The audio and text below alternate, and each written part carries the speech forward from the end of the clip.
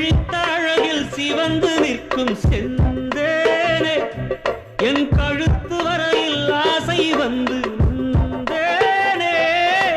வெறித்த கண்ணால் கண்கள் விழுங்கும் பெண்மானே உன் கனத்த கூந்தலில் காட்டுக்குள்ளே காணாமல் நான் போனேனே. இருதயத்தினுள்ளே ஓலை ஒன்று கோதிக்க எந்த மூடி போட்டு